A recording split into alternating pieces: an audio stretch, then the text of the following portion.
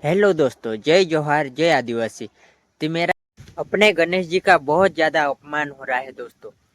जैसे कि कोई है तो तोड़ फोड़ मचा रहा है, बड़ी बड़ी मूर्तियाँ ले रहे हो और उनका विसर्जन अच्छे तरीके से नहीं कर रहे हो। और कोई लोग है जो कि गंदे पानी में उनका विसर्जन किया जा रहा है दोस्तों। बहुत ज़्यादा अपमान हो रहा है अपने गणेश जी का। तो ये वीडियो देखो सबसे पहले तो। अगर हमारी विसर्जन करने की औकात नहीं हो ना तो इस गंदे पानी में न करे। ये देख रहे हो पानी। आज मैं आपको सच्चाई दिखा रहा हूँ। क्या इनका ये कसूर है? क्या हमारे हिंदुस्तान की यही संस्कृति है? हम भगवान के साथ ये गलत तप्पू मन्निंचయ్యా मंचोड़।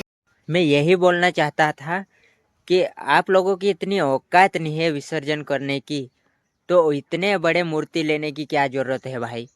जब अपन को छोटी मूर्ति से ही काम चल रहा है तो इतनी बड़ी मूर्ति ले लो और तोड़ फोड़ मचा रहे। अपमान मत करो भाई। अगर आपको ये वीडियो अच्छे लगे तो लाइक एंड सब्सक्राइब करें। जय जोहार, जय आदिवासी।